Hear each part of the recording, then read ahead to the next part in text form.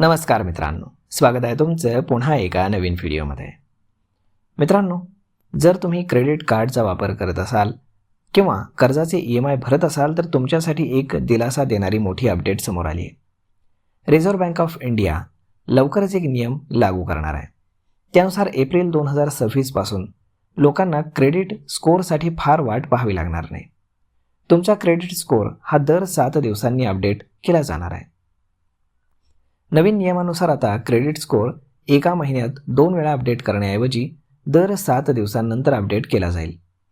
हा बदल RBIच्या draft credit information reporting या निर्देश 2025 नुसार लागू केला जाणार आहे.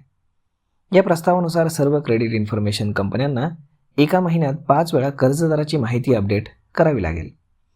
यासाठीच्या तारखा दर महिन्याच्या 7, 14, 21 आणि 28 आणि महिन्याच्या शेवटचा दिवस अशा राहतील. RBIच्या या पावलाचा उद्देश क्रेडिट डेटा रिपोर्टिंग आणि अपडेट करण्याच्या पद्धतीमध्ये मोठा बदल करणं हा आहे. यामुळे ज्या लोकांचं कर्ज लेटेस्ट क्रेडिट स्कोअरमुळे प्रलंबित आहे त्यांना याचा फायदा होणार आहे.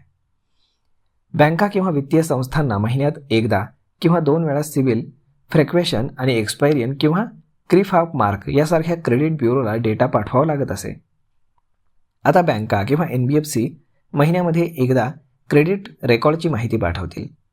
मात्र त्यांना त्या दरम्यान बदलांची माहिती मात्र द्यावी लागेल, ज्यामध्ये नव्यानंच कर्ज दिलं गेलं असेल किंवा बंद केलेली खाती, कर्ज परतफेड, कर्जदाराची माहिती यातील बदल, त्यानंतर कर्जाचं वर्गीकरण आणि यातील बदल याची माहिती.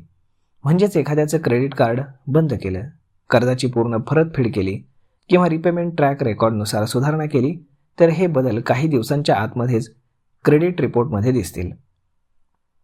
त्यानंतर EMI किंवा कर्ज परतफेडीनंतर क्रेडिट स्कोअरमध्ये सुधारणांसाठी दीर्घकाळ वाट पाहावी लागणार नाही.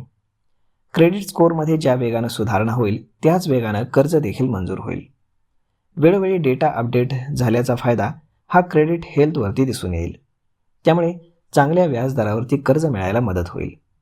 बँकेजवळ तुमचा लेटेस्ट अपडेटेड डेटा असल्यानं नवीन कार्ड आणि कर्जासाठी अर्ज तुम्हाला करता येईल आणि त्यावेळी कुठलीही अडचण तुम्हाला येणार नाही. तर मग मित्रांनो, अशा पद्धतीनं RBIनं कर्जदारांसाठी ही गुड न्यूज दिलेली आहे. तर मग मित्रांनो, हा व्हिडिओ, ही माहिती तुम्हाला कशी वाटली हे तुम्ही आम्हाला कमेंट करून नक्कीच सांगा. आणि जर आवडली असेल तर आपल्या जवळच्या मित्रमंडळींसोबत देखील हा व्हिडिओ तुम्ही शेअर करायला विसरू नका.